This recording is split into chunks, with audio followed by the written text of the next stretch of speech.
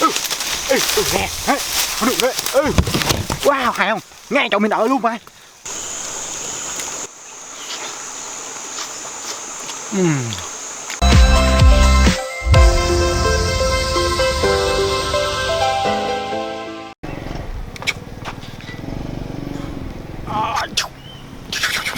Hello, xin chào tất cả mọi người. Hôm nay Rúp sẽ đi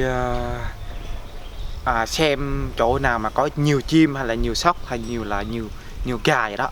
Rồi Rúp sẽ đi bẫy chim, bẫy sóc cho các bạn xem Rúp nhờ ăn rồi đó. Nếu trước thì mình ăn đúng không, mình làm thịt luôn, ăn sống cũng được nha. Rồi hôm nay Rúp sẽ đi đó rồi tìm những thứ gì mình đang cần. Thôi rồi, ok. Như các bạn đã thấy thì bên con tôi đó, như các bạn đã thấy đó, đây là nơi chỗ nhà người ta chết đâu các bạn ơi, nhà người ta chôn chết rồi đó. Ngày xưa đó Rúp hay đi tắm nước suối á, nhỏ học lớp 1, lớp 2 đó không dám đi đường này đâu, sợ ma lắm. Ngày xưa có một đường ở dưới này nè, nhưng mà giờ người ta thay đổi đường thành ở trên này rồi, nên giờ thì bình thường rồi, lớn rồi, bình thường rồi đó. Người ta nói nơi này là nơi gọi là đáng sợ nhất. Nhưng mà thật ra nơi này là yên bình nhất đó, yên bình nhất. Tại sao? Bởi vì họ rất là yên bình, họ không còn đau đớn nữa, họ không còn bệnh tật nữa, họ không còn đau khổ nữa, họ không còn nghèo khó và lo lắng trong cuộc sống nữa, và họ đã yên nghỉ và bình yên đó, xong một cuộc sống mới. Chắc có lẽ là như vậy đó. Đó, nơi mà người ta gọi là sợ nhất, nhưng mà nơi đó là bình yên nhất, ok nhất. Giống như chúng ta bây giờ thôi, đúng không? Sau này ai cũng chết rồi, cũng vào đây thôi. Nhưng mà hiện tại chúng ta đang ở đất này, đang sống giống như đang sống tạm thôi đó, giống như chúng ta đang ở nhà nghỉ hay là ở nhà khách sạn hay là một cái nhà nào đó mình đang tạm mượn thôi. Nhưng mà sau này là cuộc sống của mình là vâng, mãi mãi ở đây tắc vậy thôi, đúng không? Thôi mình đi thôi.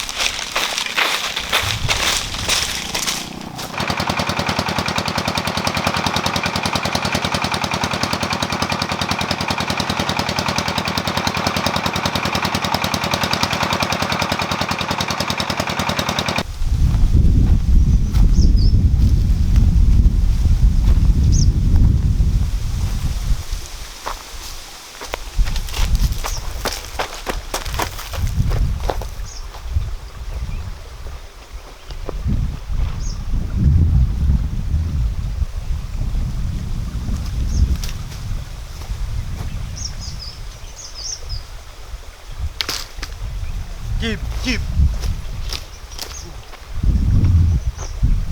ở đây, chim á, chim to lắm các bạn ơi, chim to như này nè, đó, chim đen. Nước ở đây lạnh quá các bạn ơi, nước đây lạnh rất là mát các bạn ơi. Nước này nước từ rừng này chảy xuống các bạn đó. Trên đây cũng có nước chảy vừa nhỏ thôi. Chắc không biết ở đây có cá không nữa, có cá có ếch gì đó không nữa. Chắc sau này Rúp sẽ làm một video đó, sẽ tìm cá ở nước này, đi lên luôn đó, cho các bạn xem luôn nha. Rồi kêu Rúp đi đi tìm mấy cái để làm bẫy gì đó, tìm cái gì đó đi săn mồi.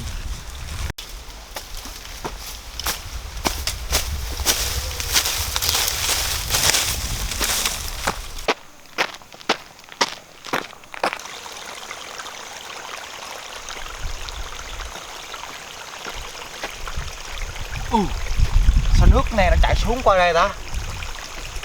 Chắc nước dừa đâu rồi? Chắc nước dừa đâu rồi, nó chảy xuống qua đây rồi.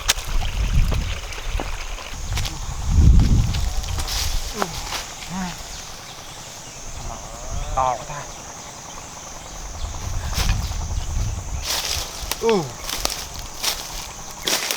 Nè, quay đây nè. Wow. Nào đi vào đây. Nếu này là chắc là gà này, gà rừng này nè. Đó. Cái này là gà rừng này. Này. Wow. Đây. Chắc gà rừng rồi. Nhiều trò quá. Chắc gà rừng xung quanh này thôi.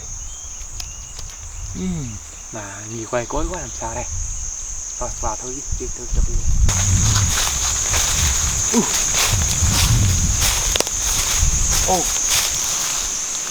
Này. Nơi nụ kle này là wow. Nè nữa này. Này là dấu hiệu cà rừng này. Đó, cà rừng nó làm để tìm cái ăn này. Wow, tuyệt vời.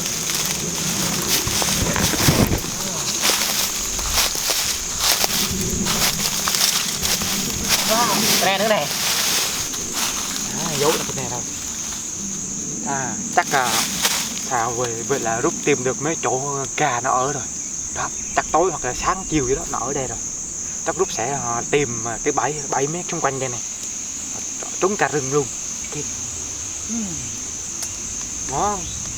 Yeah. Ta rút sẽ tìm mấy cái thứ trong xung quanh này thôi.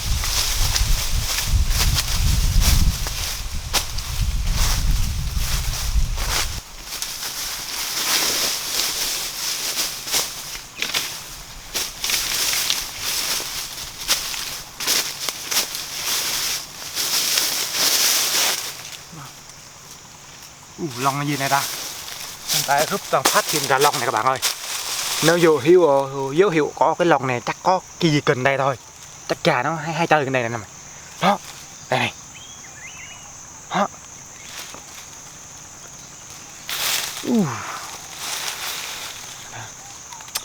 Tìm thử đã. Bây giờ tìm thử xung quanh này có cái gì hay, có cái gì không nè. Có gà rừng không ta? Chắc là gà rừng chứ. 2 cái luôn mà. 2 chỗ, mấy cái chỗ đó nó thấy nó tìm mồi ăn mà.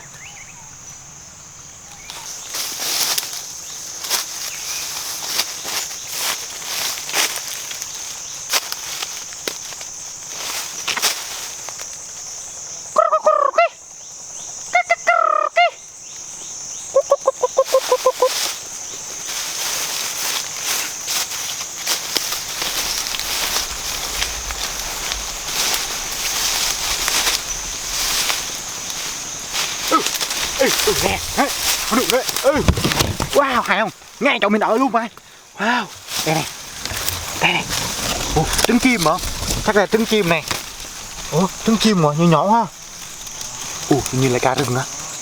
Nhỏ nhỏ là quả cá rừng này. Wow, nhỏ nhỏ thôi nè. Cá rừng á các bạn ơi. Wow.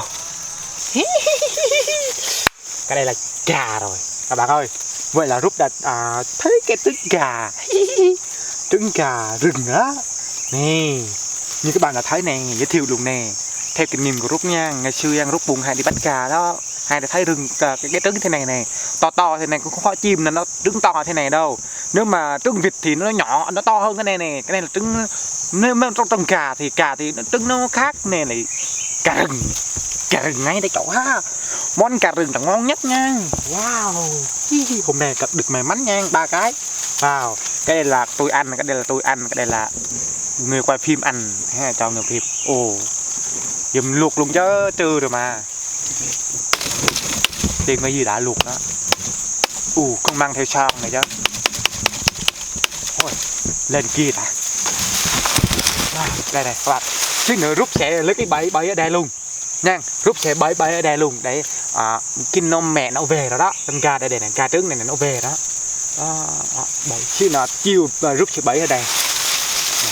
Xung quanh này có gà. Đường nào ta?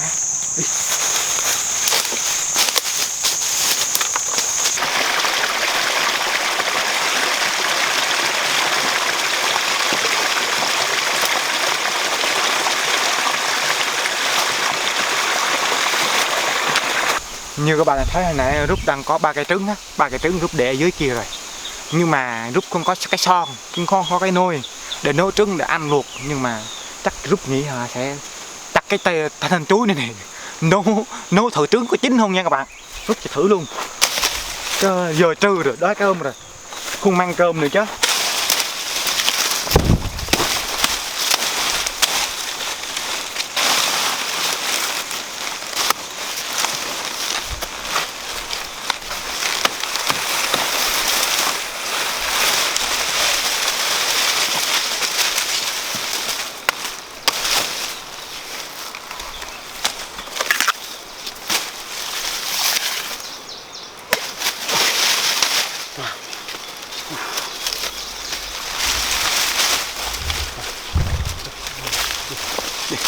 Thôi mình đi luộc trứng đi. Vậy là Rúp sẽ luộc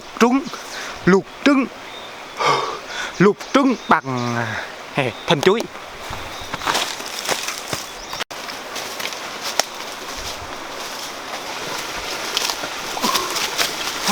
Rúp sẽ chọn bên này. Ở đây rất là mát và nhiều cây nữa. Ở đây mát quá. Rúp sẽ ở đây đi. Đó, Rúp sẽ chọn ở đây.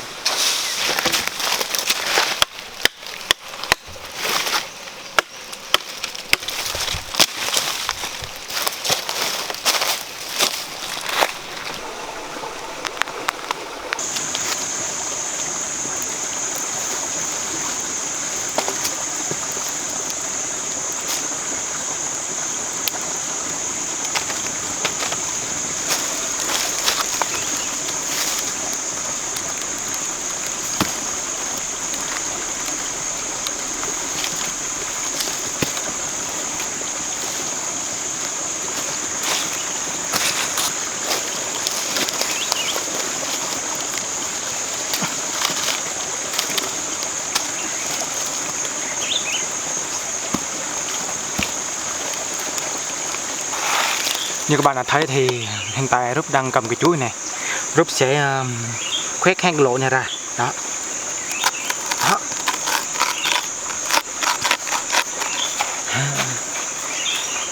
Hiện tại Rúp còn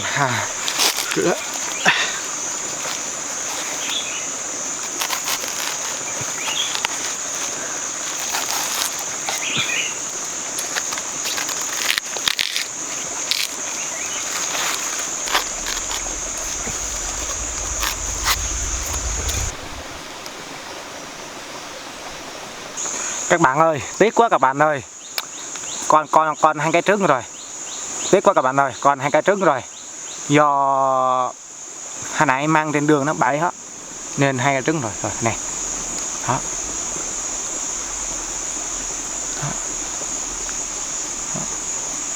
Các bạn thấy đây đó. Vâng, bây giờ trứng sẽ đang nấu này các bạn nha. Đó, trứng đang nấu này các bạn ơi. Như các bạn đã thấy thì Rúp đang đá bỏ vào. Đó. Đây là thân chuối nha các bạn. Đây là Rúp đang bỏ ở đây. Đó. Rồi, Rúp sẽ đưa lưới vào. Như các bạn đã thấy thì mà khi sống trong rừng á, các bạn luôn tròn chỗ nào cần nước nha. Như các bạn đã thấy đó, đằng sau tôi là nghe có nước luôn đó, nước chảy xuống luôn. Đó. Đây là cách sinh tồn trong rừng tốt nhất nha các bạn nha. Đó. Dù có đói thì mình có thể uống nước nha các bạn. Đó. Bây giờ đâu. Cái này Rúp sẽ làm cái nắp nó luôn nha các bạn nha. Rồi, làm cái nắp luôn. Rồi, ok. Đó, làm cái nắp luôn.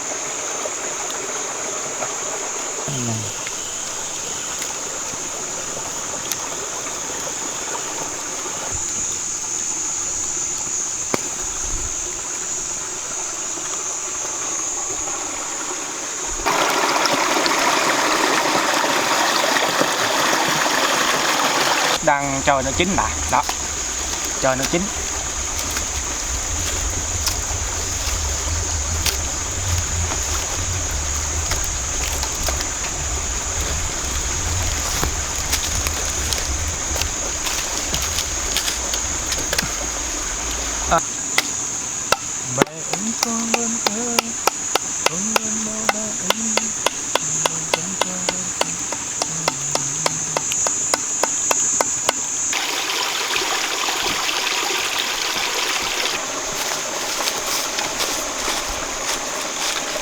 Các bạn ơi, từ giờ nãy Rúp đi bẫy chim, đi xem bẫy chim các bạn. Này Rúp về rồi. Wow, giờ Rúp để thế này từ giờ nãy rồi, chắc chín rồi này các bạn ơi. Wow, nước khô rồi các bạn ơi. Nước khô rồi. Wow, nó bể nè. Nước khô rồi các bạn ơi. Giờ Rúp sẽ lấy ra nha. Rồi ok. Nóng ấy, bỏ chai nước nè.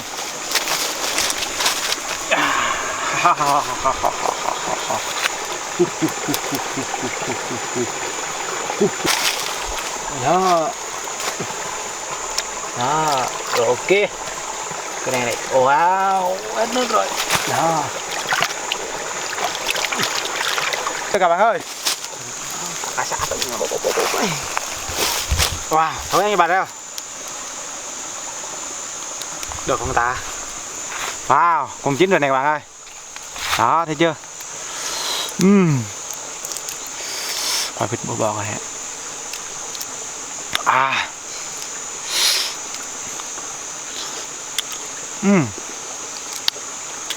Ngon. Ngon quá.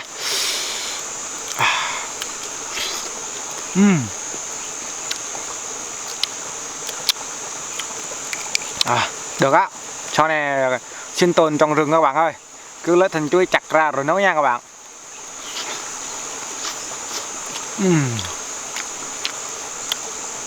Bơi bơi ai quá.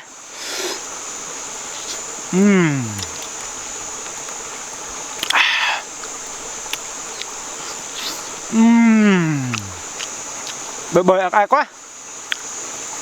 Ngon quá các bạn ơi.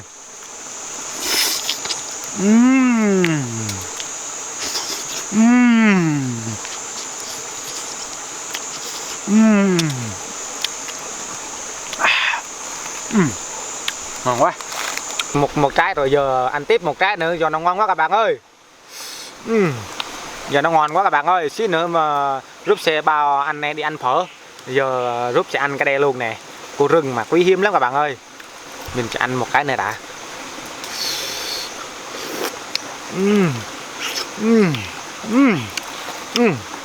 Đó.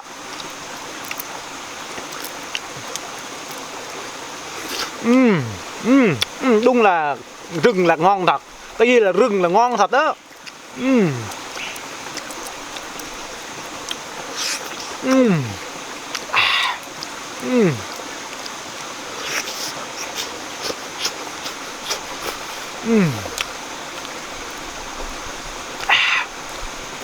Bờ bờ quá. Ngon á.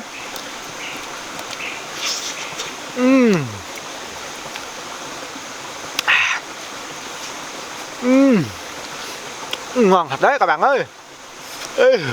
Nhà mẹ nè, cho đây mệt nhem, chứ đều là chưa men.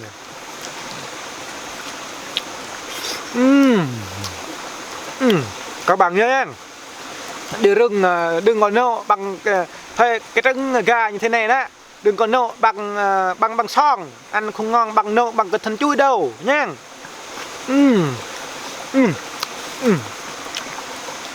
No rồi. Thôi bây giờ là Rúp không còn ở đây nữa. Rúp sẽ đi lên tiếp, đi chơi, đi thăm dò chỗ nào nhiều cá, nhiều rừng, nhiều chim. Rúp sẽ đi bẫy. Bây giờ Rúp phải đứng dậy rồi đi tiếp nha. Cảm ơn các bạn nha. Thôi Rúp các bạn đừng thèm nha, thèm thì cứ lấy trứng gà nướng nha.